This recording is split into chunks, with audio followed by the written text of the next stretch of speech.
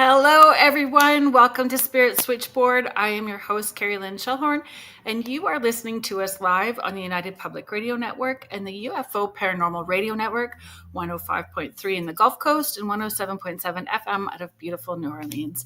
If you would like to check out all of the amazing hosts and shows that UPRN has, please head to uprntalkradio.com. There is all of our, there's thousands of archives on the show. You can meet all of the different hosts. There is something for everyone with UPRN.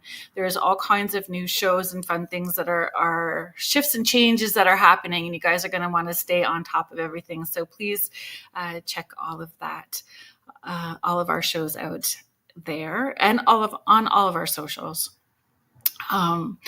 If you are new here to Spirit Switchboard, my name is Kerrilynn. I am a psychic medium based out of Ontario, Canada.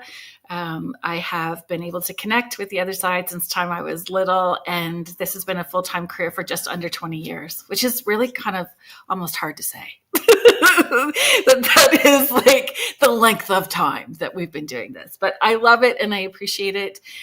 We do have some fun things I want to mention. If you follow along on social media at all, I do this thing. I think it's almost 8 years now that we've been doing it. It's called the 12 Days of Giving, and I do it at Christmas time. And the first 12 days, it's just giving whatever I feel like we're going to do. Sometimes it's paranormal investigation spots there, sessions, tickets for events that I'm going to be doing. And tomorrow, we're going to be doing the first of the 12 Days of Giving Victorian seance with a modern twist. So the four folks that won spots are going to be coming tomorrow to do that. And I'll put some pictures up on social media for you guys. And I'm excited about that. I'm also participating with the Lake Superior Paracon again this year in Thunder Bay, Ontario. Those tickets, the early bird tickets are up. It's a great lineup of speakers and events. I hope that I see you guys there. And stay tuned. We have some of the folks that are going to be speaking lined up on Spirit Switchboard, and I'm looking forward to having them on as guests here. Hi, Stephanie Malo. Stephanie, you need to come back on the show as well, too. If you guys are listening, Stephanie was a guest. She is the author of a series of books called Stopping to Smell the Flowers. She has new cards out as well, too. So if you are into oracle cards, tarot cards, affirmations, all of that yummy stuff, the books, the cards as a set are brilliant, and you can head to Stopping to Smell the Flowers over there. Wizard Radio FM. Hi, James. Thank you for being here. Please head to his YouTube channel if you're needing some groovy music to listen to. Denise Mitz. Heather Stewart McLaughlin, thank you for being here. Heather Stewart McLaughlin is the owner of Come to the Forest. Please check out all the wonderful things that she has going on there as well, too. Astrolight Paranormal. Hi, Julie Dow. Victoria Cheeseman is Astrolight Paranormal. She is going to be coming on the 25th of April. You guys are not going to want to miss that. Oh, good stuff. We're going to have to figure out a date and have you on. Michelle Wilfong, thank you very much for being here. Michelle Wilfong has this fabulous TikTok, My Haunted Apartment. So you can check that out as well, too. Sandra Zahara, I'm excited that you are going to be back in Thunder Bay this year. Hi, Michelle Plummer. Thank you for being here. I am going to... if you guys are a fan, because we are all fans of our dear Laura Lee Potvin, host of the Angel Rock on Monday and the Thing at the Foot of the Bed on Thursdays. And she has one of her dearest friends, Varla Ventura, who is going to be my guest tonight. And she has for the longest time. So she has Varla on, I think, seasonally. With every shift of the season, she has Varla on, and she has been wanting to get the two of us together for quite a while, and we were able to make today happen. And I'm going to bring her out in just one sec. Hi, Contested. Thank you. Gail, you are so welcome. So Gail and Mel Willis are Lucky Paranormal. They have also been guests on the show, and they are our hosts for the Lake Superior Paracon, and they really do work so hard to put on a great event for everybody. So please check out their YouTube channel and their website for the tickets. So, Varla Ventura, author, rotten botanist, which is a whole title that I think, just deserves an award in itself. Lover of all things strange and odd. Please welcome Varla to the show. Hi. How are you Thank doing? you. I'm doing great. Thanks for that lovely introduction. You're welcome. I thank you for making the time and sharing time and energy with me and all of our listeners here. I appreciate it. My pleasure. It really has been a bit of time. Like, I think she started talking about you a year ago. You Yeah. really should meet Varla. You really should connect That's with my Varla. memory too. Yeah, she wanted us to all go to that Paracon that you were just talking about. Right. Yeah. And then Buddy Jeff. Oh So yeah, and our buddy Jeff. Yeah. our buddy Jeff. So maybe next time. I know that they took a photo though and sent it to you. Like, look at who's yeah, here. just to make me jealous. Right.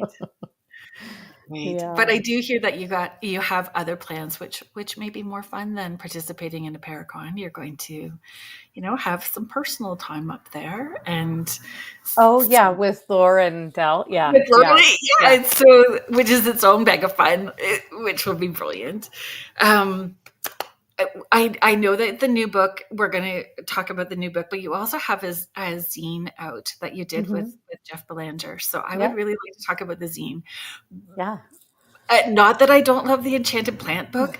I was like, I feel like a little kid at Christmas, and I'm going to try really hard to not be perimenopausal ADHD the whole time. Hey, we'll be together in a million different directions, but I really am excited. I was so excited when I saw what you had wrote about, what you contributed about, because this is the third installment of Shadow Zine by Jeff Belanger. Yep. So can you just share with everybody what Shadow Zine is all about? I don't have a copy because apparently he's working on getting shipping to Canada. Yes. Well, this issue 3 just came out just a couple weeks ago, beginning of April, and issue 2 was beginning of March, and issue 1 was beginning of February. So Shadow Zine, it's a zine. It was like the brainchild of Jeff Belanger. He wanted to just kind of strip things down, take it back to print, and he started talking to me about it a few months ago. I have this crazy idea, and I was like, I'm in. What are we doing? A zine. Okay. As good friends, you don't question, Yeah, you need to bring snacks and a shovel. Yeah. So he asked me to write issue number 3, and actually, even before he even asked me to, we kind of talked about me writing an issue. And so before I knew what issue that would be, I had an idea and I actually was kind of like immediately I knew what story I wanted to tell. And of course he was completely on board with it because it's in fitting with, the vision of Shadow Zine. So it's basically representing all of the like strange and unusual stories that we love, but each issue of the zine kind of takes a specific topic and really dives deep into it. It's several thousand words. And so it's more of like a lengthy discussion about one specific topic rather than, some magazines and things have like multiple contributors. This is like one author. So it's a little bit more like a small book in that way. And he's doing everything. He's doing the layout, the design. It's all, he's the publisher, he's the editor. It really is his baby. But then for each of you, it is as well too. Like the time and effort that goes into it. Can you? You have no idea how excited I am about that chapter because that is everything that excites me. Like the paranormal parlor games, Ouija boards, channeling, that whole Victorian seance time. And I talk about it a lot to anybody that will listen. That Oh yeah, me kudos too. to I those know. kudos to those women. Can I Kudos to just, those women for finding a job, yeah, right? creating an income for themselves, and yeah, it was Yeah. a charlatan. I don't care. Good for them. No, That's how I look no. at I mean, that's kind of like, that's sort of, so the story that I wrote is, we called it Mark Twain's Ouija Mystery. And essentially, the story is about a woman named Emily Grant Hutchings, who in 1916 made contact through the Ouija board with the spirit of Samuel Clemens, according to her claims. So Mark Twain's ghost. This is 6 years after he had died. And so she painstakingly, with the assistance of a medium and the occasional, like, someone playing in the secretarial role. Sometimes it was her husband, sometimes it was the head of the Cyclical Research Society. There was a kind of a cast of players who came in. They channeled two short stories and then an entire novel through the Ouija board, painstakingly. And so in the zine, I kind of do like a kind of a greater overview. So first thing we kick off with was just the significance of the spiritualist movement for women in particular, and how many Yes, women were, ma'am. yes, right, how many women were able to find agency through that. What were your options, right? Okay, we're talking about Victorian time, Edwardian time, and like the interwar era, right? So all pre-women having the right to vote. And most of Um, those women were low income to like, or the low lower. to medium income. Yep, you didn't have people on the upper echelons. Yeah, And you here were your options, right? You could work for a while as like a teacher and then marry well. You could never marry, but hopefully inherit wealth from some male relative, or maybe a female relative if you were like, dowager countess or something. right. um, you could enter a life of servitude. You could sell your body. You could go on the stage and do something a little more vaudevillian, which wasn't well respected. Maybe you could have a career as like an opera singer or something, but like what was afforded was few and far between. And even career wise for women, they were sort of expected to just give it up once they got married. That was it. Yeah. Um, so spiritualism really gave, and it kind of, starting with the Fox sisters, who were later outed by a family member to have been faking it and all of that stuff. Regardless of that, they made a lot of money touring the country as three independent women, three sisters, amassing a fortune. Purportedly they drank it away, but hey, Yes.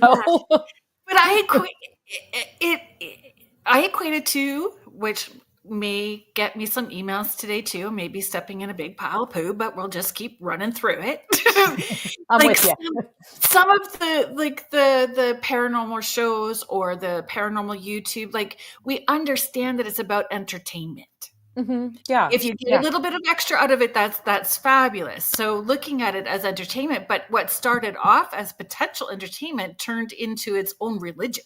Yeah, yeah, really. And I think it really, for those who aren't, super familiar with the spiritualist movement, it was most popular in the United States from about the 1840s through the 1930s, but it also took place, Australia, Ireland, the UK, Europe. There were lots of, facets of the spiritualist movement around the world. But in particular, in the United States, it really took off during the Civil War, right? Of course, Yeah. for the main reason being people died. A lot of people died, and we had no Yeah. resolution. And so we had this Yeah. nation in mourning. And so spiritualism kind of had saw a peak around 1865. And then it saw another peak about 1916, 1917, which was actually just before we entered World War One. It sort Right. of had another rise in popularity, like another resurgence. Well, And so Arthur Conan Doyle really gave it a push. yeah, Like you having had those the bigger names, right? Like those you had names that those are well bigger names established. involved. Absolutely, absolutely. And then, I think there's something about the, like, the promise of war and the extremism that makes people contemplate like life after death. And to be clear, just like by my definition, not my definition alone, but spiritualism is not just the belief that you can talk to the dead, but it's also that the dead have messages, like handy messages for us, life advice for us. And that's the seeker. Yeah. That's what the spiritualists are seeking. They're seeking those answers. Well, even Sir Arthur Conan Doyle, like his brother died in war, which was originally like part of his connection. Like there was a reason for that. Yeah, Abraham and you had Lincoln. Mary Todd Lincoln in the White Yeah, House who had yeah, lost a child, so she's yeah, conducting seances there. yeah, So when you have sort of figureheads in any situation, like prominent figureheads, whether they're popular authors or politicians or royalty or whatever, when you have them sort of like kind of giving the thumbs up to it, at least to experiment with it. Mary Todd Lincoln never identified as a spiritualist, but she certainly subscribed to some spiritualist beliefs and had spiritualists in the White House to work with her. So I think she was not willing to put her, yeah, stake down about it being one thing or another, but she was certainly open to it. yeah. Was Jefferson the president before that? Because didn't Jeff who was before? I'm really sorry because I thought the president before that also had seance Yes, connection. I believe actually there was quite a history of seances in the White House going back Yeah, since it was established. And there's still there's no I don't know, there might be seances in the White House, but there's still a great deal of talk of like ghosts and spirits and things in the White House. And the room that she did those, she was the one who really like, she was kind of more at the forefront of it because, the first lady had a lot of clout, right? Like right. she was very visible, and he was a very, popular, but a very critical president because he was like, ending slavery, right? So that's kind of what his platform was, and that caused the civil unrest and the Civil War. But in any case, so you have like you have this kind of like, that's the background of spiritualism, and then you have this woman named Emily Grant Hutchings. She's from Hannibal, Missouri. She has a pretty established writing career in a more conventional way, although now that she's married, she doesn't write quite as much. And she actually buys a board one day and convinces her friend, Pearl Coran, to come over, another St. Louis housewife of like, similar kind of, upper middle class. So she comes over and they play around with the Ouija board a few times. So Emily's kind of cajoling Pearl into doing this. And the third time or so, Pearl makes contact with this entity known as Patience Worth.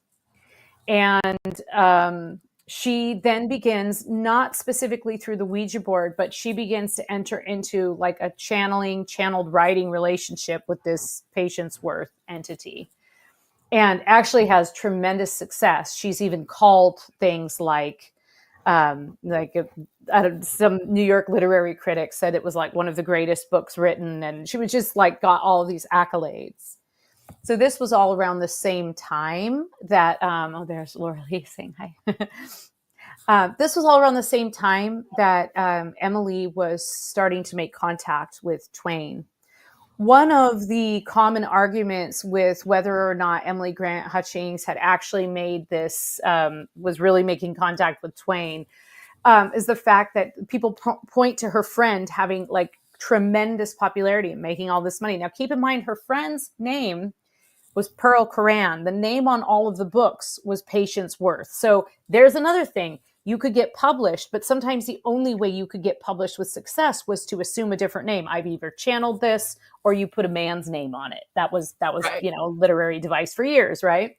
George Yeah. Eliot.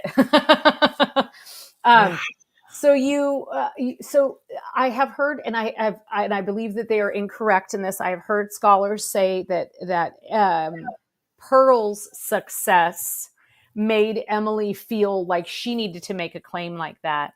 And I have a couple counter arguments to that. One, the patriarchy. That sounds like a patriarchal excuse to just say, oh, well, she was just jealous. Like I just don't buy that. And two, Emily had a more successful career than Pearl did in terms of writing, a more conventional career. So she actually had a lot more to lose. And also, three, it was happening simultaneously, and neither one of them knew what would be a success. So Patience Worth's greatest success was called The Sorry Tale, that came out in 1917. That's the same year Emily's book came out. So there was no way of knowing, oh, if I do what my friend does. So I'm just squelching that argument in case anybody hears that come up, because in my research, that is a misguided understanding of the facts. Right. Right. AKA, you're wrong. Said with love. Yeah, it's okay. I'm wrong sometimes too. Me too. I have a thought. I'm going to share it in a second. Contessa Martin, thank you very much for being here. Contessa is saying or asking, have you heard of Alan Kardec? He was around during that time. He is buried in France, and he connected with spirits. I have heard of him. I don't know very much about him, but I do know that name. I have heard that name. And in the one thing I love in like doing this kind of research is all of these the connections, because you'll find out that the person that so-and-so is referring to in their introduction is this other because so many of them overlapped at the time, and it was a spiritualist society, so people supported each other. Yeah. And well, they still do. Yeah, I say it like it's in the past, but the spiritualist movement exists. The spiritualist society still exists today, and in fact, it's the foundation upon which many of our modern psychic arts are based. Yeah, I forgot to grab it off my bookshelf, and I'm not getting up to do it now. Sorry, folks. But I do have. I forget what it's called. I will find it and stick it on social media for you guys. It's a book about all of the spiritualists who channeled other authors as well too. Like this is not just a one-off. It was like happening across the board where they were pulling people through. And actually, Emily's not the only one to have channeled Twain. There are a couple of other people who channeled Mark Twain or claimed to channel Mark Twain, and I talk about them a little bit in the zine. And there's so much to the story. So she channels this novel, and then his daughter, Clara Clemens, she and the publisher, Harper and Brothers, sue Emily's publisher, and they actually go all the way to the Supreme Court. And it's on the premise of copyright infringement, not whether or not they're talking to the dead. So it brings up all of this, these other really interesting arguments about like making claims to names and pen names. And one of the things I discovered in researching this that I hadn't realized before is that there was a man named James Hislop, and he was the head of like the revival of the Society for Cyclical Research in the United States, and during this time in the early teens. And it turned out that he was attending these sessions, writing things down, and then writing to Twain's daughter and asking her, hey, can you verify this? Can you verify this? And she's basically like, leave me alone. And so by the time that book came out, he had harassed her to the point that she had no tolerance, because other people had published using Twain's name and everyone had just ignored it. But I think he got under her skin. Now, I didn't realize that until this last, when I was working on the zine, I did like even more robust research. No, he interfered. Yeah. Miss Laura Lee, you are extra special that you got yours all mailed out today. We were having that conversation about if people were wanting to purchase the zines, where can they look for them? Yeah, so you can get them at shadowzine.com. That's basically the only place to get them, unless you happen to run into me or Jeff or Richard at a live event. So the Richard, authors sell their own. Richard Estep, yeah. He did the Ghosts and Monsters. Yeah, he did the Ghosts and Monsters of Cornwall. It's beautifully written. He's a delight, and real, just very easy read. He knows the subject so well. And then the very first one was Jeff wrote the very first one, and that's the Mysteries of the Bridgewater Triangle. So so they look so nice together. That's a little. Oh, it's a nice trio. So you can buy all three now at shadowzine.com. And then I'll, whatever events I'm going to, I'm doing a little book tour for Enchanted Plants, and I'll have the zine with me. It will go with me everywhere. Oh, that's awesome. Yeah, I love that whole time period when I started doing the So, Victorian seances with a modern twist, right? So I have some paranormal equipment out. So because people watch TV and they see it, but they don't have access to all of it yeah, necessarily yeah. unless they're doing it. So I put some paranormal equipment up for them, and then I start with a poem from 1902 Mm. and ring a bell, and we I do all really kinds. want to attend one of those. I'm just putting that out there right now. Yes, Yeah. you, So, me, and Laura Lee. yeah. Oh, It's- things might happen. I Things hope will so. definitely happen. You know what? I just did a Dining with the Dead event at this building that was like, it's over, I think she said it was 250-year-old limestone building. There was Oh, like courthouse, people in the basement, people oh, hung in the beautiful. backyard. There was all kinds of stuff that Ooh, happened. yeah. And I have been doing Dining with the Dead for like 13 years. It started off in places that had haunted history attached to it as Mm-hmm, well too. And I mm-hmm. have said in every location, please, if there are spirits here, move a glass across the table, flick the lights, do something during our event. Just something I am open. dramatic. Oh, please, I am open to it. And this event last Sunday or 2 Sundays ago, it happened. Coach Oh, and Lantern and really? the Pastor. And when we were interacting with the said spirits, like that was flicking the lights off and on, it was like responding intelligently to our Wow. questions and stuff like that. Yeah. Enough that the kitchen staff came out going like, "What the heck are you doing out here? Like, what is going on?" Do you Digress. know? You I don't know? digress. Do you know Ron Kolick from the New England Ghost Project? Do you know him? Mm-mm. He's a lovely guy, and he does Dining with the Dead, in and around like New England, mostly Massachusetts. And actually, Yeah. when I'm out there for my book tour, he just booked me one. So I'm going to present about the zine. I don't know. I don't know how he does them. I think it's a little bit different than how you conduct Yeah. them, but it's at a restaurant that's supposed to be haunted, and Yeah. It's just we'll fun. talk about the paranormal parlor stuff, and you get to eat and Yeah. drink and be merry with people and ghosts, and yeah, it sounds Well, that delightful. and I think that's the other part that people maybe uh, are not aware of. It was seen as a social event. It was like dinner Oh, and drinks yes. and party. Yes, like psychic salons, and also that it was not in conflict with like the teachings of the church, right? So, like, you could be a spiritualist and you could go to a seance on a Saturday, and then you could go to church on Sunday. Like, it was not Yes. considered in conflict at all. You could be Crazy. like channeling entities, and then, the Society for Cyclical Research was like a big deal. It was like really, yeah, very, very interesting. And I'm not the only person to write about this story, but one of the things that was really important to me is that, I mean, I've used Ouija boards with great success. And so I wanted to kind of remove, like, there's always a little skeptic in there, right? And for me, the question is not whether or not she channeled Mark Twain. The question is more about, like, I think she channeled something.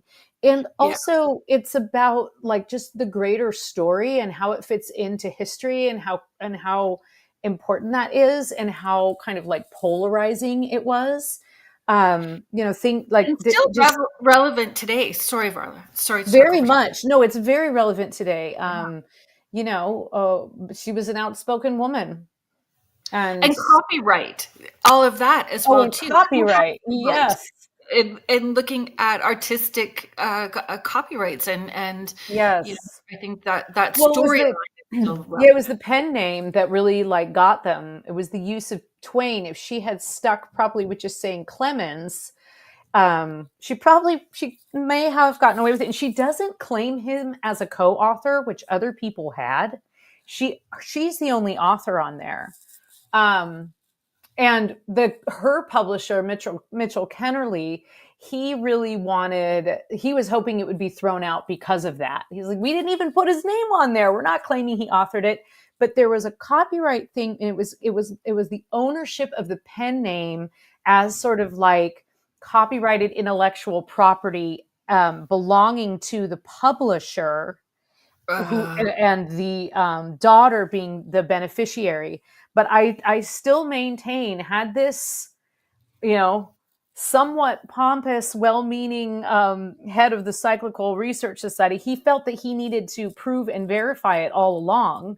And Right. as a result, he kind of stabbed everyone in the foot, because he harassed her so much she couldn't ignore it Right. anymore. And she Right. literally says in an interview in the paper, I was like, something like, I was so irritated, I told him that it was ridiculous and that he could talk to my lawyer. Like, basically, she was fed up with him. Multiple letters to her, not just one, not just a, hey, would you like to speak to this? Like, Yeah. hey, did your dead father ever, what the circumstances in Wow. which did your grandfather die? Like, really personal things. She was just like, go away. Right. I don't blame her. And that's too bad that they didn't know where they could have shut that down and just not allowed him, or closed how they were doing those sort of sessions, right? When I started having and again, we have people that will show up in these seances, the Victorian seances that I do, that are very well known. And it started off as a bit of a lark on my end, because I've always kind of kept that quiet, because I like evidential pieces when I'm doing I love the evidential, like the factual. I probably would have been that dude who is harassing. Like, is this truth? Like, is this picture? And again, not that I'm needing to be right for me. For me, it's about being right for the people that are coming through. If I'm doing my job and being of service, am I doing my job right for them, kind of thing? Yeah. So I have True. And maybe that was his intention. Maybe. This candle, I have a candle spinner, right? So little hanging cats. You light your little candle underneath it. Yeah. I have one of those. Yeah. Right? Super fun stuff. So I light that up, and I get asked spirits if they can make it spin the other way. Can they pause it and make it stop spinning? Yeses and nos and all that. Nice. Kind of fun stuff. And I was like watching it in my brain, in my perimenopausal ADHD-ness, and all the D's went sideways. And I'm like, this looks like the spinners from the Twister movie. Like, in the ant's yard. I'm like, oh. So there's a few of those Philip Seymour Hoffman, right? I'm like, Philip Seymour Hoffman, already. If you want to come in and hang out with us tonight, please do. Because I feel like he's got a lot to say. He did. He came. Yeah. And we actually recorded it. Like, we had his voice come through, and then it was just like one after the other, and of people that he was bringing through. And I've always shied away from having those big names. Yeah. Because could you prove any of that stuff, right? But it was fun and trippy. And I think the book that started it for me, when I started doing the Victorian seance, was The Witch on Lime Street. The Witch of Lime Street. I don't know that book. Yeah. It's kind of fun. She's a Canadian medium that married a Boston doctor. And her and Houdini had a very public fight about. Oh, yes. He was so. Yeah. I think some people think he was adamant to take down spiritualists, but because he had this background as a sleight of hand magician, he was, in many ways, I feel like he was actually a defender of it, because he was think so too. Don't you think? Because he was really 100%. trying to show that he just wanted anyone who was representing this to be authentic and not be using tricks, so that the speaking would really, really come through. Still relevant today. Still relevant today. Yeah, still relevant today. Absolutely. Yeah. One of the stories that actually Jeff introduced me to in the process of working on this, he said, "Oh, look up this book called God Bless You, Daughter." And I don't know if you've heard of this. It was channeled in 1968. And this was a woman who claimed that she made contact with, this was a woman who claimed that she made contact with Mark Twain. And it's a channeled book, but it's not a it's not a novel. It's just kind of like this whole thing where she's asking him for advice and he's writing this book for her. But the reason I thought of it is because, I mean, I talked about it in the zine, but he supposedly introduces her to, oh my gosh, like, let's see, who comes through? I have to look. All of these famous, I feel like George Eliot, maybe, all of these famous authors who were on the Mm. other side. Margaret Mitchell, who wrote Gone with the Wind, came through. Um, oh, there were just like quite a few, and they kept coming through. And so Twain's ghost was like introducing her to Robert Louis Stevenson, Jack London, Edgar Rice Burroughs. So it's possible because I'll tell you, Philip Seymour Hoffman came through when I asked, like, and I'll we ask questions that are just if we were hanging out with somebody, like Mm-hmm. kind of thing. Mm-hmm. And Yeah.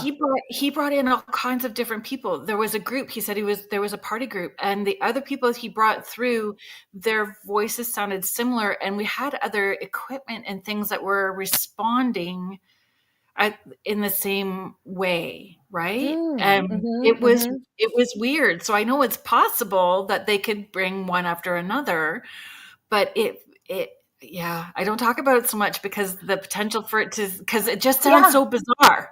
Well, what was But you interesting just is the way started it. this. I hung out with like Whitney Houston, Prince, Yeah, Tupac, and right, right. And this woman, she wasn't really. She wasn't like. I felt that she was just asking. She didn't really like get a lot into what those authors said, but she was just like. She'd say Twain would be like, "I want to introduce you to someone. It's Edgar Rice Burroughs or whatever," and then they would have like this little bit of a conversation. I think But the it was just a possibility is fun. The idea that that's a possibility we need to is the and why my wouldn't it?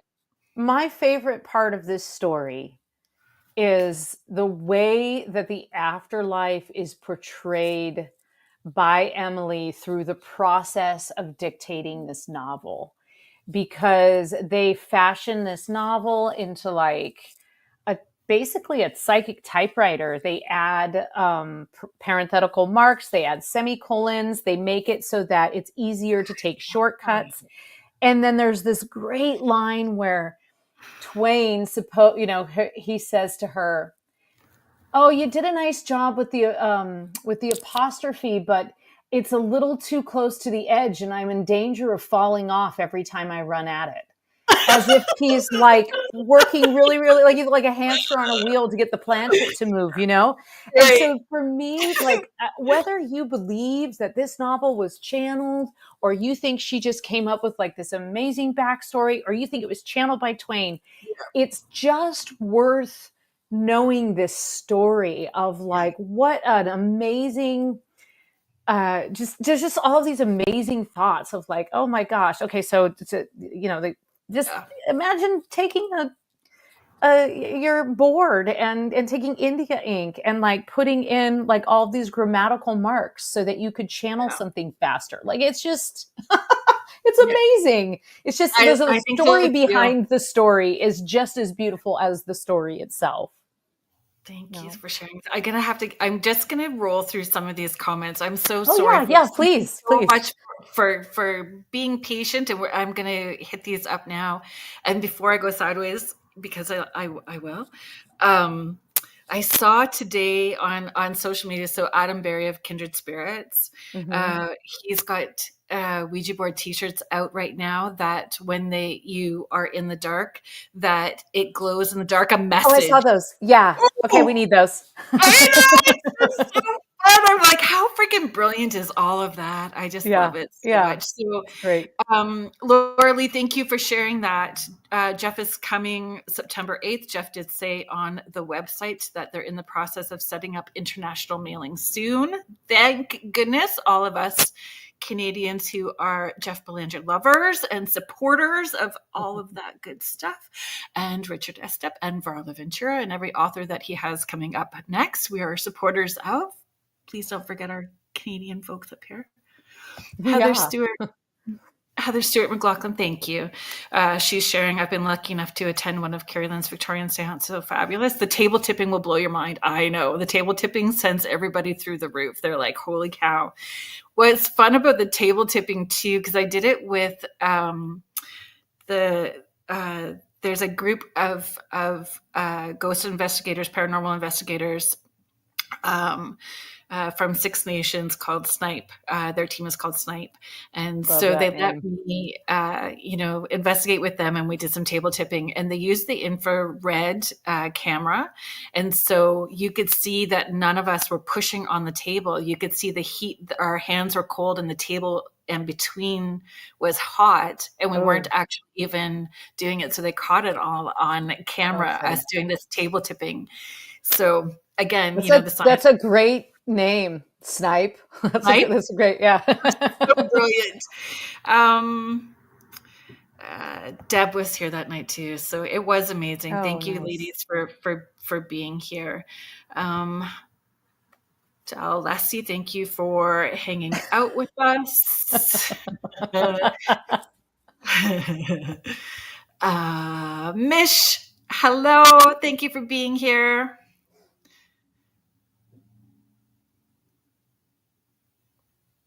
I just want to make sure that we're getting to all of them.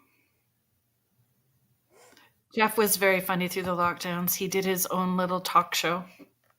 Oh, yeah, I was on it.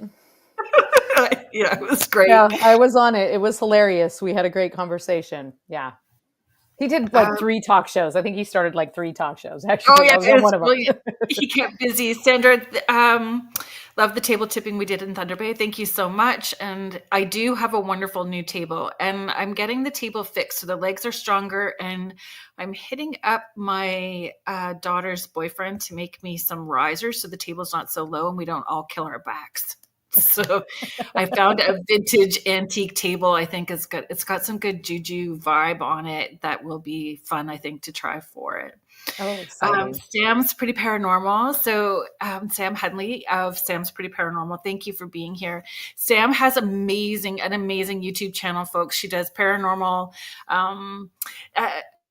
She does all of it. She kind of does dining with folks that are crossed over and telling their stories. So Johnny Cash was the latest one, I believe, Sam. She's got Bigfoot. She helps produce Bigfoot Banter with Richie B, which is a great channel to follow as well, too, because they take you in the back with them and your boots on the ground. So you're watching them as they're doing their Bigfoot investigations. So you're part of it, which is just super fun. And all kinds of fun. Kathy Lemire, I believe it's Adam Berry's website. You mean the ones that have the glow in the dark? It's through Adam's website. And who knows? I mean, it's a great concept that could be all sold out now because we've sat on it for 4 hours. I know. I'm going to look it up for you while you're reading those. Yeah. So fun. You know what I'm going to do? We're just going to do it quick now. It's a little early, but once we get going. Yeah, Sam was on the show as well, too. I hope to have Sam back on so you can watch that archive. It will be. I would say your best bet if you're trying to figure out where to get them, like when you do a search, just go to his Instagram or his Facebook page, and there's links on there. That's where I saw it. I saw it on either Facebook or Instagram. Yeah, today so just look up. I think it's just like Adam Berry on there. Berry, like the berry, right? Oh, yeah. Right? Thank you. Yeah, thank you so much. But save us too. Yes. I think what I'm gonna do is the station ID. We're gonna do a little bit early just so we get it out of the way, and then we can just keep talking till the end of the show, and we don't have to stop again. So, if you are just joining us now, thank you so much for being here. You are listening to Spirit Switchboard. I am your host, Kerrilynn Shellhorn, and you are listening to us live on the United Public Radio Network and the UFO Paranormal Radio Network, 105.3 in the Gulf Coast and 107.7 FM out of beautiful New Orleans. If you are liking and enjoying what you're listening and seeing, please consider subscribing to the Spirit Switchboard channel. Please follow along on the uprntalkradio.com to find all of our fabulous hosts and shows, and all of our archives are there as well too. Lots of fun things are in the works, and you don't want to miss out, because it's, yes, James, I just did our station ID. Look at me, Gold Star Sticker Day. Like, it's brilliant. Thank you for the gentle reminder, though. I always appreciate when you do that for me. Our guest today is author Varla Ventura, and we were just talking about Jeff Belanger's Shadow Zine, which you can find on shadowzine.com, and you were the contributor for this last installment. Issue number 3. Yeah. Issue number 3. It's all about Ouija boards, folks. Mark Twain's Ouija Mystery is what it's called. So yeah, you can check that out there. All right. I want to just share something on the screen first before we get into. Let's see if I can do this, because every week I feel like I'm having to remember. It's like 51st dates. I'm like, how do I share? Let's see if I can remember how to do this. Okay, wait. There we go. Look at me go. Oh.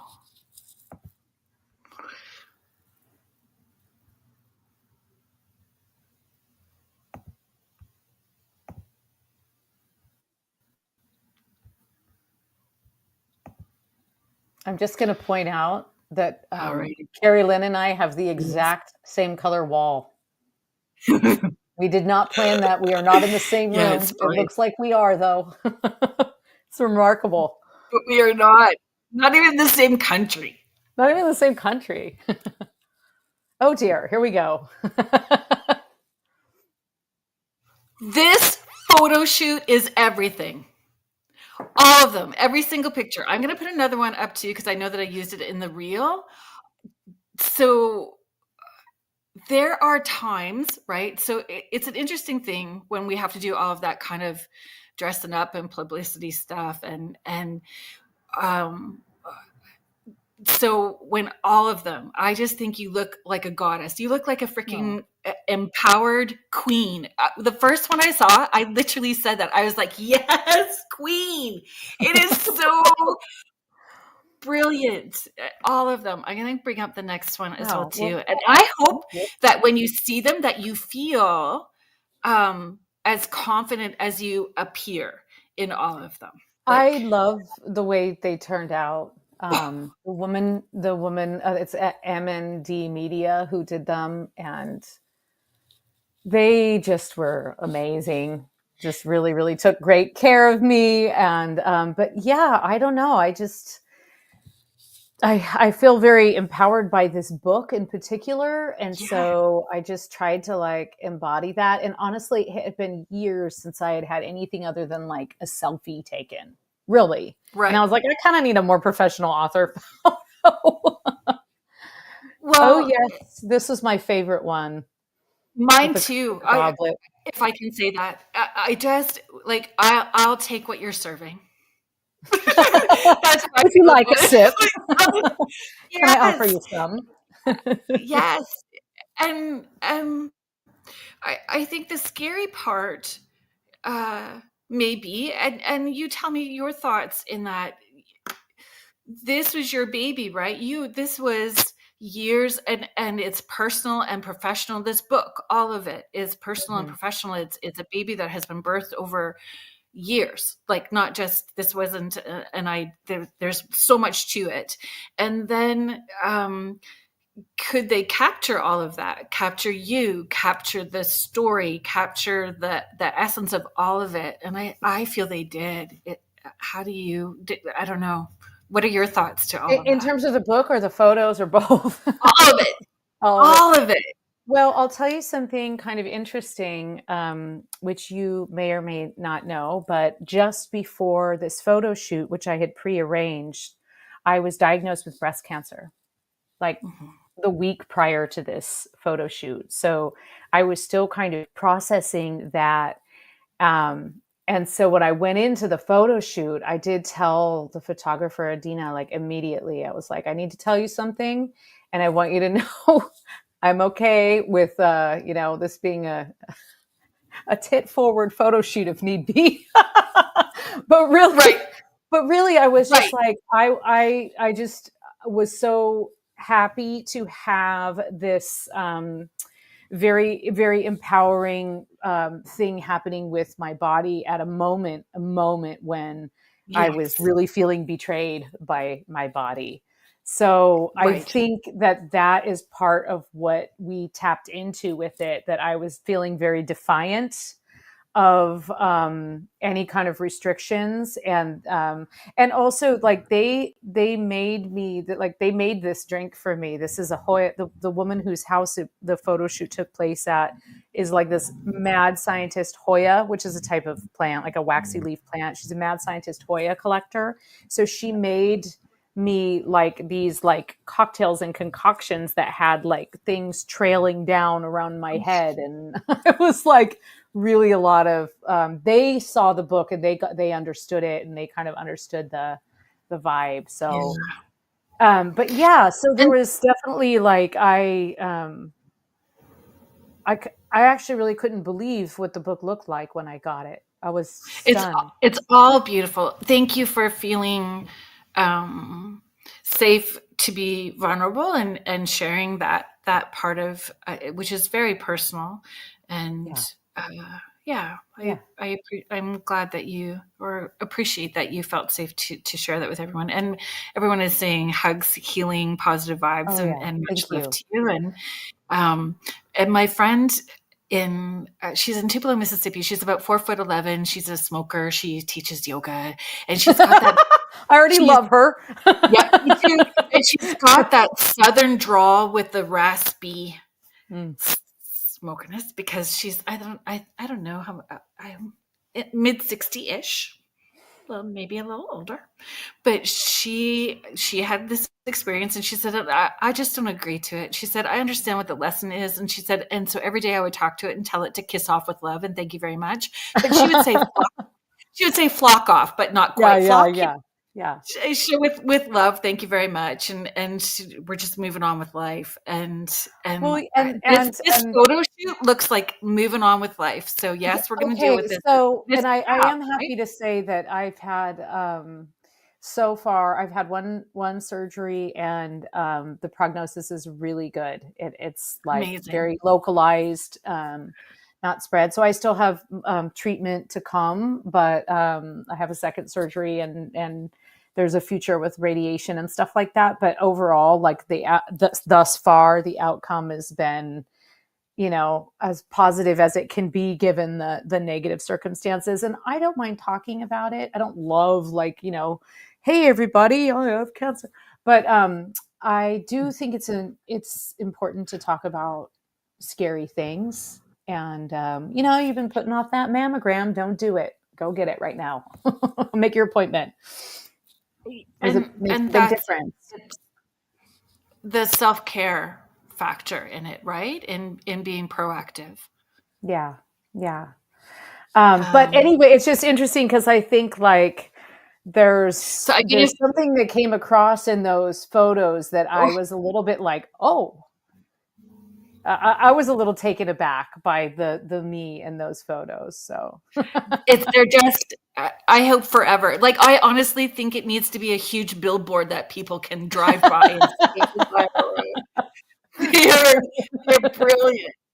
Brilliant. And so this is the cover of the book. I do have my copy here, but I just wanted to show folks, the cover of it. And the photo doesn't do it justice for sure. Um, yeah, because in real life it has oh, it's gilded gilded. edges, Yes. shiny, shiny, Because we all like shiny. and then it has full color illustrations. So I did, Also the same yes, green as our walls and my nails. yes. I I have a page that I'll pull up um, for folks. that they can see as well too inside. Yeah, and Oh yes, Mish, it's I'm available in glad that you Canada. know. Mish was just asking where my bookmark landed, and we'll get there in a Oh second. I yeah. just want to show the inside of the book, and then we can talk about all of those fun things, folks. Um, would love to get your book, and I know my daughter-in-law would love it too. Yeah, Sandra, I'm going to put all of that stuff up in 1 second. We're just going to show this picture, and that's how I was too. I had a list of people that I knew would be getting this for a birthday or holiday. Great, great Mother's Day gift. Oh yeah, there's Yeah, Datura. like look, every page. It is stunning. You know what Every I love? page. I love the way the designer made the leaves overlap from one illustration Yes. onto the next, as if the plants are kind of coming off the page. That was a Yeah. lovely touch. Yeah. Yeah.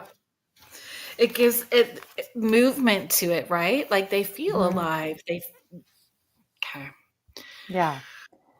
There was really a lot of care and magic in the design as well, which I Mhm. appreciate so much. Yeah. I'm just going to close this up and then we are good. Heather, I knew as soon as I got my copy, I sent it to my friend Heather, who owns this magical place called Come to the Forest, and Ooh. right, beautiful things. I love the magical velvet ribbon too, and we're going to talk Whoa. about that in a second. So Heather is saying hers arrives. She ordered it right away. She said hers arrives next week. Yay. Yay. It is beautiful and magical for sure. I agree. Would love to get your book. I have along the bottom, if you guys, for those people who are watching, varlaventura.net, you can head there, and you can get it through the website or all the links anywhere that Mhm. you buy books. It is available. Yes. And it is in stock in Canada right now. Should be. So it should be well distributed to all of the small bookstores, Amazon can, all of that stuff. Yeah. So yeah, yeah. And of course in the United States. And I think it becomes available in the UK in May. I think it's a month behind the Oh, regular schedule. But I know you okay. can pre-order it because there's links for that. So Um, where should we start? okay, well let's start with the bibliomancy that exists in all of these books. Right. And I know that I shared with you, um, because I love that. I and encourage people to do that kind of divination Mm-hmm. as well too all the time. And I didn't realize about. I know that I shared. We're talking about Jeff Belanger quite a bit. So when I had purchased his book about Krampus. Mm-hmm. Uh, Yeah, right? yeah. And had him on the show, and I was so excited because everything about Krampus, I'm all there for. And he said, "Did you recognize the ribbon?" And it didn't even dawn on me that it was Krampus' tongue. So Yeah, it's forked. yeah, that it's forked like his tongue, and so because I felt like I had made this faux pas, I am extra sensitive and aware to all of that. So My ribbon is not forked. it is not forked, but No, it is not forked. I was consciously aware of where it was landed. Yes. So So what happened is I got my book, the first advance copy, like back in January. Is like the one that came from far away. And when I got it, I noticed the ribbon was on Datura. And I was like, oh, how cool. Like the ribbon falls on Datura. It's one of my favorite plants. This is great. And then when I got my box of author advances, a couple months later, I started to like kind of just look and I noticed that the first one I cracked open, the ribbon was somewhere else. It was on like wolf's bane. And then the next one was on foxglove. And so then, and I gave a couple to my family members, and I started realizing everybody's, I mean, there's probably some overlap, right? But everybody's ribbon falls somewhere different for them. And so I felt like I'm a big like bibliomancy fan. And I just felt like this book was also had its own magic and was saying like, hey, this is the plant you need to know about. This is the plant you need to like pay special attention to when you get to that part, or bring it into your life somehow. It just felt like the book was giving messages, and I thought that was, the book itself is enchanted. I I think it couldn't believe is. it. Henbane. Laura Lee is sharing hers was on henbane. Mhm. Mish, did you get a copy? Do you have a copy? Where was your ribbon? Anybody else in the chat that has a copy and feels comfortable in sharing where their ribbon landed?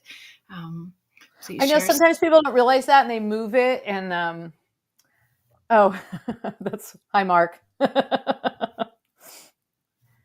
Yeah. Oh, not Um, yet. oh, That's she okay. doesn't have So one yet. mine, Okay. yeah. So mine Okay, so landed where's yours? on Deadly Nightshade, Belladonna. Woo! Yay, yay. That's great. I thought it was You are appropriate, a actually. belladonna and a deadly nightshade all in one. So it's And very that's appropriate for you. right. Beauty and necromancy. Yes, the perfect Yeah, combo. Oh, it yeah. was just so fun. I don't. Oh, do you know what? So Mark Eddy, it's Varla, and I'm wearing in onesie. I don't know what that part means, but I know Mark. I don't. I don't either. But I'm in my PJs. We can all be hanging out in PJs today.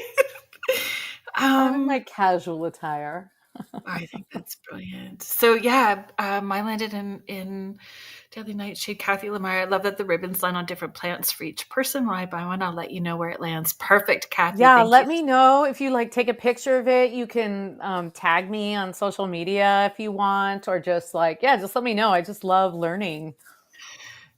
Yeah, Datura, nice.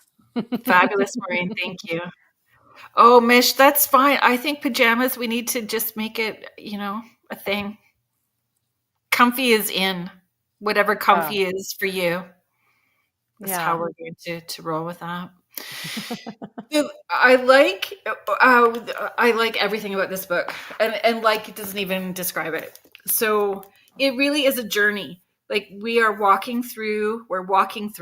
moving through one section to the next section to the next section. So was that could you talk about that? How you've got the Thank sections? you. Thank you for getting that. Yes, Thank you for beautiful. getting that. That is exactly how I structured it. I structured it as if you were going, I organized it by types of gardens that you might come upon in fairy tales. And I tried to structure it as Mhm. if you were starting out in the Queen's Garden and then heading round the bend into the cottage garden and then continuing on into the witch's garden and then out into the meadow and then the forest and then to the sea. And so I kind of imagined that you were kind of going on this journey that also was to places very typically appearing in fairy tales as well. And that Right. the kind of the crux of the book is that it's exploring fairy tales and folklore through a botanical lens. So all of the stories in there would be completely different stories were it not for the plants that are at the center of those stories. So Right. every plant has a story, every plant has lore. I had to like really kind of, I made this criteria that a lot of them got, pushed away because there just really wasn't a story that couldn't exist without these particular plants. Can I tell you which one So, surprised me? what's that? Can I tell you which one surprised me? Yes, Cabbage. cabbage. Cabbage surprised me to the surprising number of stories about cabbage. Enchanted cabbage. It did not originally have its own section. It was, in fact, because of corn and cabbage and turnips, I ended up creating a new chapter. Originally, there was no cottage garden. It was like they were kind of in Wow. other places. And I was like, actually, I think they were all originally in the Queen's Garden. I was like, well, yeah, the Queen's Garden, but it's really the kitchen garden of the Queen's Garden, not the same place where the Queen strolls and, sniffs a Right. rose. We're talking about like a place where we're growing garlic and potatoes and, um, so I was like, yeah, that's really like the cottage garden. And because like cabbage was supposed to just be I thought I would get away with like a leafy green section. Right. And there was a little bit out there about endive, but cabbage it commanded its own section, and I was like, okay, cabbage it is. There's just so many stories about eating enchanted cabbages, cabbages that grow, 10 feet tall, cabbages that lead up into the heavens, like just all kinds of. I was equally surprised by the prevalence of cabbage in fairy tales. Yeah, it surprised me. But again, it's a beautiful photo. Yeah, Beautiful cabbages never look so cabbage. pretty, right? Yes. Oh my gosh, the other thing that I forgot that I was going to pull out some in here, because there's everything about it is magical. Even the small photos that they have to go Mm. with the folklore story that you share, right? Yeah, So yeah. even photos that are part of the folklore, not necessarily the plant, the image of the plant. Right. And there's one with the pig with the crown. Oh, I knew you were going to say the pig with the crown. I love that illustration. So I have this. So my friend's sister gave her this pig. It's just like ornament pig, but this big, and I had it outside for a while and was not loving it very much. So it needed some attention. So I brought it Uh-huh. in, painted it up, zhuzhed it up, and then I made it a crown and put pearls on it. And it looks exactly like It looks just like that one. it looks like the pig in the folklore Okay, you're story. going to have to send me a picture of that because that's I will. amazing. I will. I was going to put it up for everybody to see it, and yeah, I didn't. I didn't get that organized today. Busy But day. Busy day. it, It's a it Friday. just yes. Isn't it? It's Friday, right?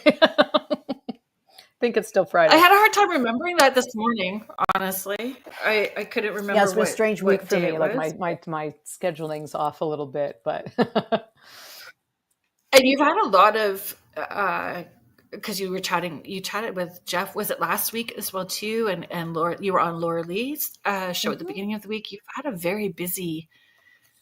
Do you get to rest this Yeah, weekend? yeah. I've got a couple of yes, I will rest this weekend, and then I've got another interview next Monday. I've got a few, which was planned because the book just came out, so that's kind of how it goes. And then I don't have any beginning in May. I actually have a couple of in person. I have a couple. I have a bookstore event and then a book launch, and then I'll be in sort of like the western part of north and western part of Massachusetts doing a book tour where I'll be speaking at different libraries. I'm doing a Dining with the Dead event with Ron and talking about enchanted plants and, driving around from little town to little town and just kind of loving life. So, So little towns appreciate all of that though, because little towns don't always get, we appreciate when entertainment and people come to town, like well, there's no one like the librarians. They're just amazing. right? One librarian introduced me to another librarian, and then before I knew it, I had 10. I couldn't even book all. I didn't have time to even book all of the libraries. So I was Oh, really, yeah, it was really. It's just, and my publisher is based in Massachusetts, so that makes things a little easier for me because I can basically just like get books from them. And my books are very heavy. They are a little over or just under 2 pounds a piece. So a box of my books is 40 pounds. You don't want to pay shipping on 40 pounds no, if you don't have to. So I'll be able to no. just kind of cruise in, pick them up, and then go about my Oh, merry that's way. brilliant.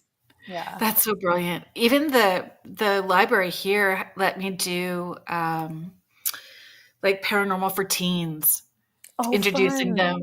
Yeah. So Oh, I run a and the teen Girl Guide writing group. group, and that is one of the great. It's one of my favorite age. I just love that age group. It's Yeah, just so fun to work with. They're so agreed. open, but so like mature enough to be like really into it. And yeah, I And love that. question things. Like they'll dig Mhm. deep and ask all of those questions. Laura Lee's just Yeah. reminding, you were on Coast to Coast this week as well Oh too. yeah, I was also like, thank you.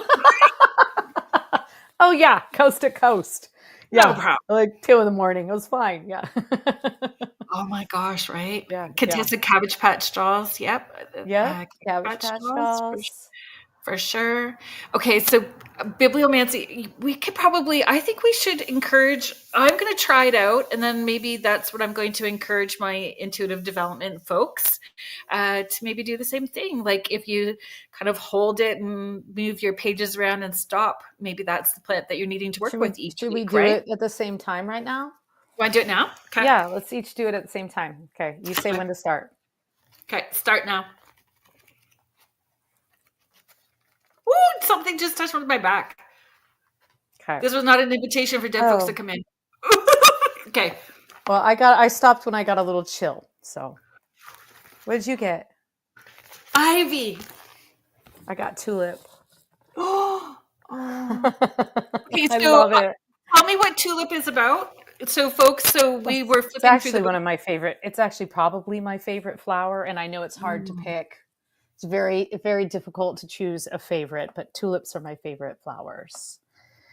So I think the story that's at the center of this is a little bit of a Thumbelina type story.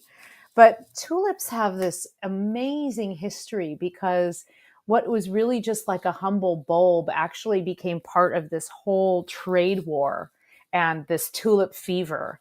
And so, in many ways, tulips represent this sort of like almost unreachable exquisiteness, even though they're much more common.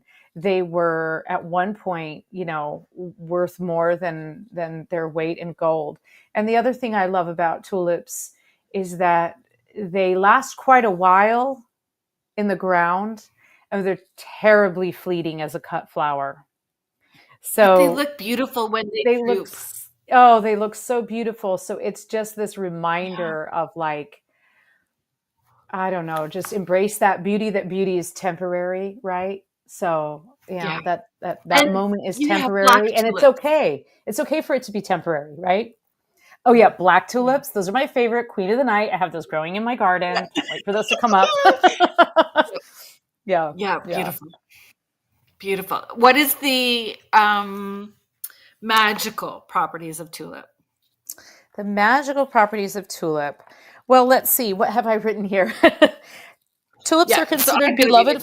Oh, well, of course, fairies. Tulips are considered beloved flowers to fairies and elves who protect the flowers and those who grow them. These flowers are associated with love and renewal.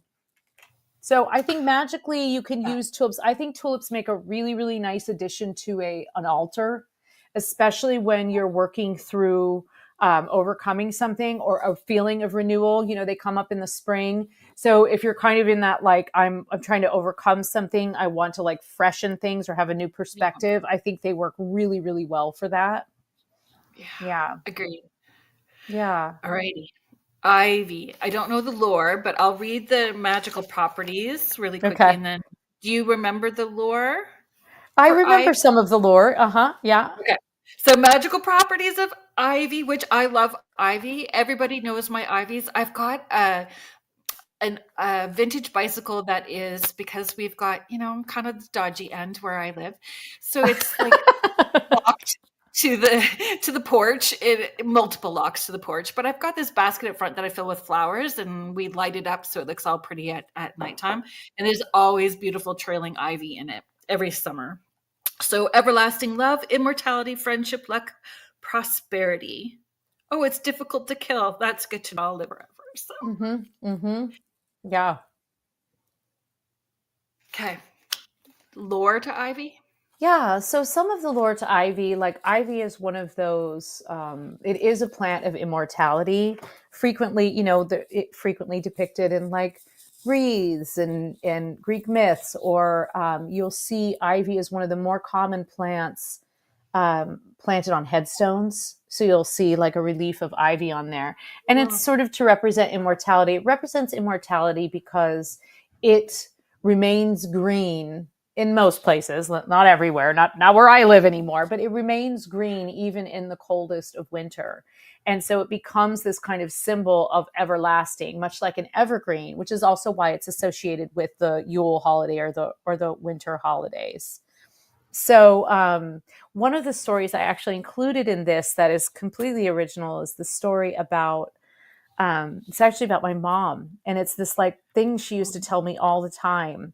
And in many ways, that's like the foundation of my fairy tales. But when she was a young girl in the 1940s, in the hills of San Francisco, the San Bruno Mountains kind of surround San Francisco. And she lived in San Francisco as a young child, and it was free range then, right? You just go do whatever you want. And she used to wander up the hill a few blocks, and there was an old mansion there that belonged to some famous family. But the mansion itself was just covered in ivy and kind of overgrown. And there was a woman who lived there. And my mom used to sneak through the fence, and she thinks probably the woman knew she was there, but never did anything about it. But my mom used to sneak through the fence, and she would go and she would lay in this ivy covered swimming pool.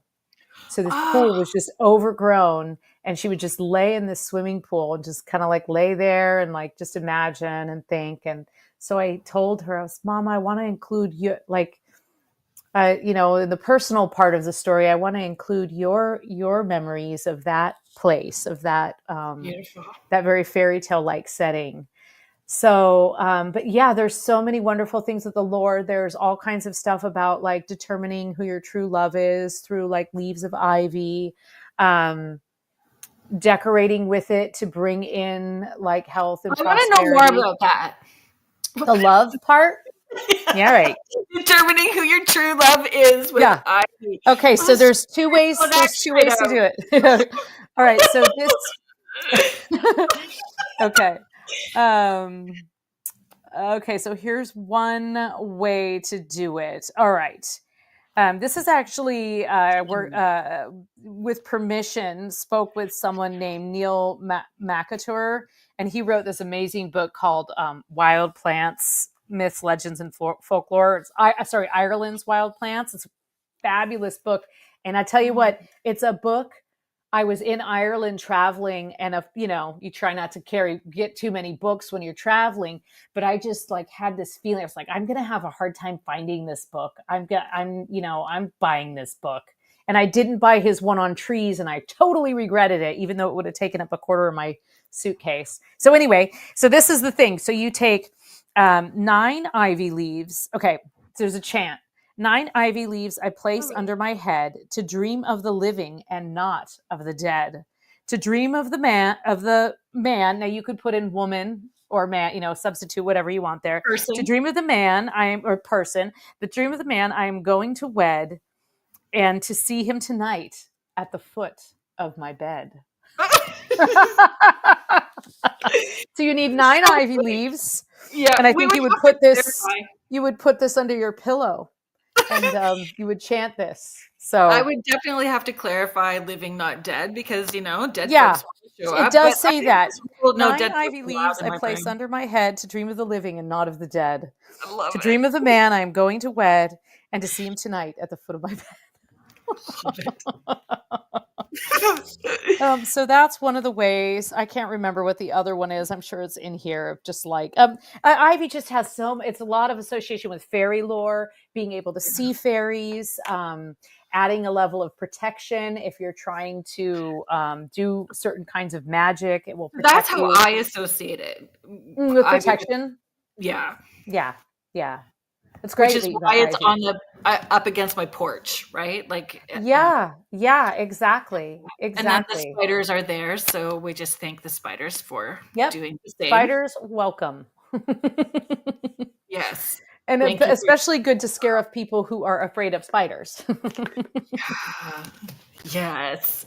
Okay, Datura. Can we talk about Datura? Because hopefully my friend Carol is well, she doesn't always watch. She lives in Prince Edward Island now, so I'm going to try and go there this summer. Actually, Prince Edward Island. That's on my travel list. You will love it. So that's where she moved to. And I didn't. So she is our. She helps me with everything. She's my resident everything. She really is. She takes very good care of me. I was having such a horrible day. So covered bridge. I don't know. Are you a chips person? Are you a snacky person? Chips at all? That's okay if you're not. I mean, Prince Edward Island's known for potatoes, right? So they oh, have okay, okay. these chips called covered bridge chips because they I mean, have I all like these chips. bridge. So they call them storm chips. They've got a which is like a mash in one bag of ketchup, dill, all dressed in something else, and it's all in one bag, all Okay, together, okay. right? Storm chips. So when the weather's bad and stormy, you get your storm chips, and you're good. You don't need Gotcha. anything. Okay, okay. I'll be Storm trying those when I'm there. Right, Sandy? So Sandy Cordic is in Prince Edward Island as well too. PEI. Sorry. DEI. Yeah, yeah. Um, anyway, so I was having a really bad day, and she said, "You have a parcel coming." And I went, "Okay, thank you. Gives me something to look forward to. I'm in Ontario." And a few days later, this huge, massive box shows up at my door. I open it. I'm expecting it to be heavy. Nope, light as a balloon. And I open it. It was Hmm. 20 bags of covered bridge chips in every flavor, Oh, multiple bags, oh, everything. that's So so nice. right. So she just takes care of me. So with magical plants, plants that dogs should not be around, or pets Mm, of any kind, ones that you should maybe wear gloves and make sure you wash your hands and are careful about all of those fun things as well too. She's taught me about those, and so I pulled it out to show you and folks. This is my like Datura salve, and I have been sparingly using this because she moved away, and I didn't want her to have to keep sending me stuff because Canada Post and all of that mhm, mhm. stuff. But yeah, so I think we've got moringa leaf. There's all kinds of stuff she has Mm, sent my way as well too. And I used this on my uh, grandma before she passed away when her arthritis was really bad on her knees. Um, mm. we would tell her what we wanted it to do for her, Oh, and it did. nice. Yes, Yeah. yes. Okay, well, so that's working. All of those plants, the plants that are in the witch's garden, right? Those are the poison plants, but it's the poison plants that have the strongest medicine. Yes. And the secret is to know how to handle it so that you don't go too far, and so that you are using them from a place of reverence and not recklessness, right? Yeah. And Datura, that plant's been abused. Let's be honest. It does have hallucinogenic properties. It is used as a transformative um, drug among, for example, shamans in the Chumash Society in Southern California. And so, because of this, hippie hippie teens started chewing on Datura. So it's definitely not been as held in as much reverence and respect as it could or should be. But is that a magical plant? It has so interestingly, when I was doing like this whole the poison plant, the witch's garden, a lot of the plants, Datura, deadly nightshade, aconite or wolfsbane, henbane, a lot of them have the same kind of like alkaloids in them. And these are alkaloids like scopolamine, which basically like knocks you out. So even though they are completely different plant species, they have like a lot of these same kind of narcotic or strong properties, many of which have been used in medicine for years, right? In fact, to the first anesthesia came from the Greeks, mixing up some henbane and a little bit of hemlock, and maybe a little something else. But datura is indigenous to like central, north, and South America. There are many different varieties. One of the more common plants, and this is always requires a little bit of clarifying, but there's a plant called angel's trumpet, also sometimes called devil's trumpet, its botanical name is brugmansia. It's also commonly called datura. It looks very much like a datura flower. However, and it actually used to be called datura, but in like the 1970s, they reclassified it as a different plant. The main difference being that brugmansia flowers hang down like a bell and datura flowers grow up. Datura is also Jimson weed, or sometimes called Oh, Jamestown okay. weed. Yeah.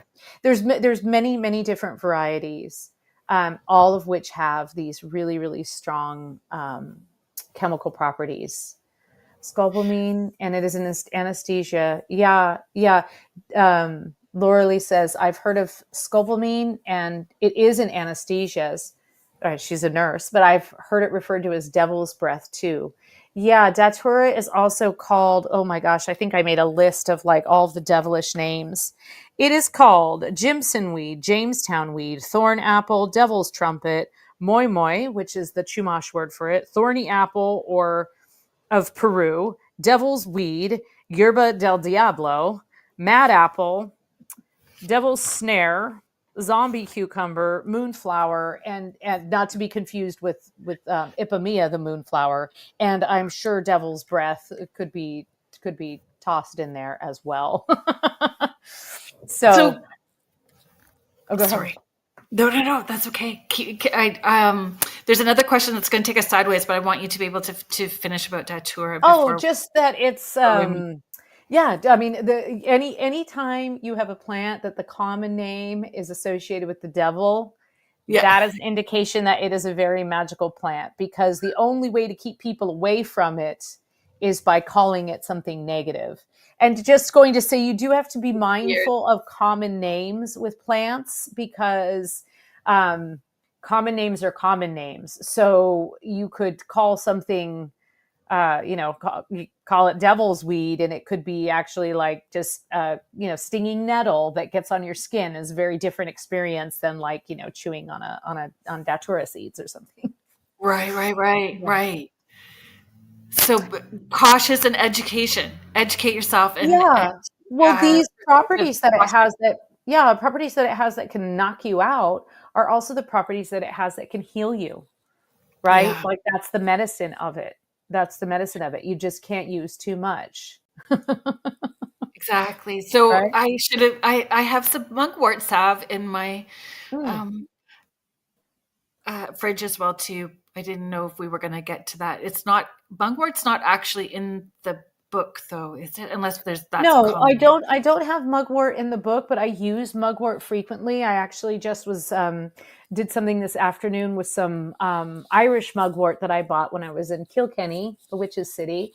I use that. Mugwort is actually one of the first herbs I learned about, because as a young child, my mom had us make mugwort dream pillows to put under our pillows so that we would have good dreams. So I use it for that reason. And also, anytime I'm trying to actualize a dream into fruition, I use it as well. And you can make tea out of it. You can also just like burn it. It's very light and fluffy, so it burns well as a herbal incense, as long as you don't set your smoke alarm off, but you can do it on a little charcoal. Yeah. Yeah. Grant Evans was asking the questions, or he was saying, "Good evening to you both. What are your thoughts on mugwort? I've been told it's very popular with New Age practices, and very much so in many different ways." And Hmm. Grant is co-director of the Ontario Paranormal Society. So Oh, hello. Grant A been on delight. the show, yeah, a number of times. We always he is a fan favorite when he comes on. Um, oh, Heidi. Lots of mugwort folks in the chat tonight. Love my Hmm. mugwort, Hmm. motherwort plants along with Majarium? Ma- Probably marjoram is Marjoram. probably, yeah, I'm guessing. Yeah, mugwort. Look how popular it is. Yeah. Yes. Laura Lee, Varla is one of the most educated persons I know regarding plant medicine properties and knows so much. And we benefit from that. We appreciate all that you know and that you share of yourself and your Well, knowledge. well, thank you. And but I'll just add to that that my knowledge is all it's from books and it's from plants. And I've taken a few classes. I did some botany and horticultural studies, but I've just worked with plants, both like professionally, worked as a as a landscaper, but also just since I was a kid, just absorbing books like this, any kind of books in plant lore. So I appreciate that, but I think anyone can become uh, educated on the plant world if they so choose. Well, you have to have the desire to as well Of too, course, right? right. Like some people are really good at identifying birds. I'm not good at that. I No. love birds, but I'm not good at identifying them. But I can identify a lot of plants. How did you? It was the folklore, right? That the folklore stories that helped you discern which ones you were going to choose, which plants you were choosing to put in. Like the list must have been. Yeah. Did you have favorites right off the top that you knew you Yeah, wanted I in? I had such a long list and so many that I ended up having to cut. And so the idea came to me. It was probably like COVID times, and I was reading through my Grimm's fairy tales, as one does when you're, homebound. Yep. Yes. And I just kind of started taking note of, putting tiny little post-its in different stories where I saw plants really specifically being like kind of centered in the or mentioned or centered in the story. And it made me start thinking like, what if, and like in some cases you couldn't always identify the plant. So there was a little bit of a challenge there. It's like, what plant are they talking about here? For example, in Mary Shelley's Frankenstein, when he comes, it's the creature, the monster is sort of like hiding out in this behind this cabin, in this like shed behind this cabin, and there's this little family, and it's a little girl and a little boy and the grandfather, and she describes this flower that blooms before the vernal equinox. And so I'm like, oh, that must have been a snowdrop because it's alpine. This is where it was set, just kind of, I'm speculating about that. And so I just started noting. I was like, okay, this one talks about roses. You knew rose was going to be in there no matter what. Roses are Right. like, they're just steeped in story and fairy tales. And I knew apple would be in there. Those were two I was sure were going to make it in there. And Hazel. foxglove. Mm-hmm. Hazel. Now hazel. I have a That's strong my grandmother's association. middle name. Oh, that's my I dog. saw it. I named my puppy Hazel. Yeah, so I love I that was like, name. "Oh, Oh. Hazel," but I Well, didn't and read it yet. oh, well, I won't spoil it for you, but I will tell you that there's a story in there, and the plant is at the center of this story. The plant is hazel, and it's a story that, well, I'll tell you what the story is. It's Cinderella, Ah, and it's not that's the pumpkin interesting. at all. There's no pumpkin in this story. There's a magical hazel tree that grows on her Yeah. mother's grave, and it's a wonderful, wonderful, super gruesome story. Yeah, all kinds of nice bloody details in there, in those German I'm there style. for it. Yeah. So, but I think so. What happened to me is I started thinking, like, I wonder if I could do a book that's just an exploration of fairy tales through this botanical lens. And then I started just like looking and finding things. And then so then what I did is I actually had like a document for every plant that I thought I was going to include. And then I did an outline of how I thought it would be. And then I pitched it to the publisher, and then we redid the outline. And they gave me a lot of like trust. It was just like, okay, we kind of know what you're going to do with this. I had a formula for each chapter, so I was able to submit like what the sample chapters would be like. And I was like, but I cannot guarantee you that this is the final list, because Right. sometimes the plants have minds of their own, and one thing leads to another. And there were a couple late editions, there were a couple of cuts that I put like one little thing about yarrow in there. I really love yarrow. That's one of my favorite herbs. Too.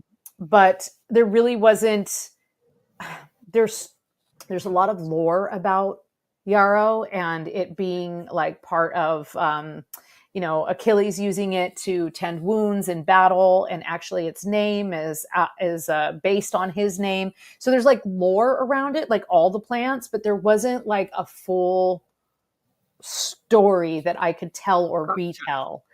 So that I got, so then that was my criteria kind of became like, okay, how am I going to, how I'm going to like, filter this down to like the final plants. Laura Lee is just sharing, Varla, I didn't know about the painting of roses and the secret in painting them and why until you shared those historical facts. Right. So I was on the Culloden battlefield. All good stories start like this, right? I was on the Culloden Yes. battlefield outside of Inverness, Scotland. And I was walking around, and a woman was kind of giving us this, talking about this croft, like this little cottage that was on the property. And for those who don't know, the Culloden battlefield was basically like the end of the Jacobite uprising. Hundreds, actually, I think more than 1,000 men were slaughtered in a matter of couple of hours. It was really, really brutal. And so after that, the redcoats, who were represented the English government, were going through the Highlands, and they were flushing out any of the Jacobites. The symbol of the Jacobites is a white rose. And it was actually planted as a secret symbol. So if you had a white rose growing over your fence or whatever, it was like, hey, you can take respite here. We're supporters. So we're standing on the Culloden battlefield, and this woman's talking about this croft and how, like, what the redcoats would ask, "Are you a gardener?" And then the answer would inevitably be yes. And so I raised my hand and said, "Well, why would they ask that?" And she said, "Well, they would ask it because everyone was a gardener, so the answer would be yes. So you'd be guilty no matter what." And I started thinking about it, and she was like, and then she talks about the white rose growing that was sometimes a symbol. And I looked at my friend, and I thought, oh, painting the roses red. Now, Lewis Carroll wrote that in the 1800s. The Jacobite uprising was 150 years before that. But during the time when the Culloden battlefield, like the clan stones were being placed there and the memorial cairn, that was the Victorian era. And Carroll was a known critic of the British government. And so some Right. people said that it was Henry VIII, and then there was something about the Queen. And so there's a lot of things that happen in Alice in Wonderland that are subtle. But I stand by this conclusion that I came to on that battlefield. And I tried to back it up with some pretty good evidence, but honestly, it's just my hunch. But that the idea of painting the roses red was a means to like save their heads, because Right. otherwise they would be seen as traitors to the crown, i.e. part of the Jacobite uprising. So yeah, Yeah. that's kind of cool when stuff like that happens to you in a magical Yeah. place, and you just have this epiphany, and then they're like, I'm putting that in my book. But it's fascinating, and So it adds with to my it, right? best friend, yeah. Yeah. Yeah, it's fascinating. It just adds to it. Tammy Johnnings is just sharing really quickly. I used to play with plants as a child. As I've been learning about them as an adult, a lot of them actually proven safe to use: yarrow, Mhm. purslane, curly dock, etc. Yes, I spent a lot of time playing with plants as a child, and also like learning. I remember, my mom would have us gather certain things. The neighbor lady was pregnant. We went and gathered red raspberry leaf. We were Oh, taught what, so my mom didn't teach us not to, my mom didn't teach us that Atropa belladonna was a bad thing. She taught us that it was a really strong magical plant, and we were never to touch it. And so we didn't. We didn't touch it. We left it alone in the garden. respect. Yeah. Yeah. She wasn't going to pull it up. And to this day, like sometimes it pops up, there's like a variant that pops up as a weed. And it's like, I got to just leave that. I'll leave that. Interesting. Eh? Okay, I know that I had talked to you in the email about it, and if we don't have because I need to be mindful of our time because we are winding Mhm. down towards the end. If Yep. we don't have a lot of time to connect, maybe I can have you back and we can deep Yes. dive I would into it a love little that. bit Yeah. more as well too. But floramancy, I know that that's not necessarily part of this, but it is plant, and I don't know if that's something. Oh Um, yeah. Well, just the meaning of flowers, right? right. Like if Mhm. I really like you, I'm going to give you at least a pink rose. If I really, really like you, I'm going to give you a red rose. If I admire you and respect your purity, I'm going to give you a white rose. If you're my best friend, I'm going to give you a yellow rose, right? So like just the colors of the plants Yeah. have so much symbolism in them. And the Victorians were all about that, right? Like it was Yes, all the about. symbolism and meaning, and the spiritualists do flower readings uh, Mhm. for people as well too, right? So based on the flower Right, that not unlike like a sort of a tea, not unlike like a tea leaf reading in a way, right? And yeah, then also some of the names that we know plants by today stem from that. For example, forget-me-nots, right? Forget-me-nots are this like sign of like sweet love. And their literal name is like, don't forget about me. Don't forget that I love yeah. you. And that's what I have they mean when they appear in, if you dream about them or they appear in your life. in sessions, people in spirit will show me forget me not flowers and Oh, say that they're pushing up these flowers for them, and I'm like, I don't know what they're called, these like little tiny periwinkle looking tiny things, little and they're blue like forget things. me nots, and then Oh, like, yeah. so I then they have show up some, like forget me nots, yeah. yeah, I have some forget-me-nots on my arms for a friend that passed away. And speaking of magic in this book, I wrote the acknowledgments, and one of the people that passed away was my brother-in-law. And I just wrote something there. It was just toward the end. And the designer took that part of the dedication and put it on its own page with forget me nots around it. And it was just a really beautiful gesture. And I don't Your know. acknowledgments, all of them at the end are beautiful. How you expressed your gratitude for everybody that contributed to it made me teary reading it. That's the only. So when I got my book, I couldn't even open it. I like held it and cried and couldn't believe the gilded edges. And then I read the acknowledgments because I just needed to see all of the people who had contributed to make this such a Yeah, beautiful thing. It's so precious to me. And to yeah. have that many people see your vision and make it like surpass what you even imagine it to be is, it's just remarkable. It was quite a I process. always read it. I always read the acknowledgments, just like when we used to get CDs and you'd read the CD cover, Yeah. like who contributed to the album. So Mhm. Yeah. you read the acknowledgments, um, yeah, I read that first. I read the Oh, me acknowledgments too. first. That's great. I mean, I Yeah. knew what happened in the rest, but Well, it's just I feel you also get to know your author a little bit if you're paying attention as well too when you're listening or when you're reading the acknowledgments, and there's vulnerability there, and all of the different people that, because it does take a lot um, to give birth creatively, and all the different people that support us on those journeys, because They support you um, while you're writing. They support you in the design. They support you by did you eat convincing someone to today? get gilded edges. Yeah, just even taking care of your physical needs and emotional needs, Yeah, and yeah. Having inspiring you on the you. shows. Yes. Going with you to Ireland. Yeah, going with me to Ireland, just, support. Yeah. So, just as we're finishing up, where people can find you next, purchasing the book, all of those Yeah. yummy details.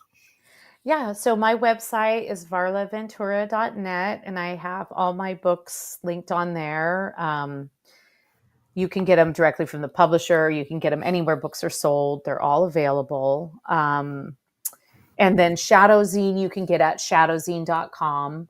Also on my website, you'll see appearances. So that's where I have both Oh, great. interviews coming up and actual physical in-person events, which is so exciting.